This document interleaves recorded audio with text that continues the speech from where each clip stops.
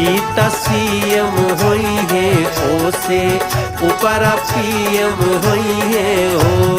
ए ललना हिंद के सितारा ई त सीएम होई है ओसे ऊपर पीएम होई है हो।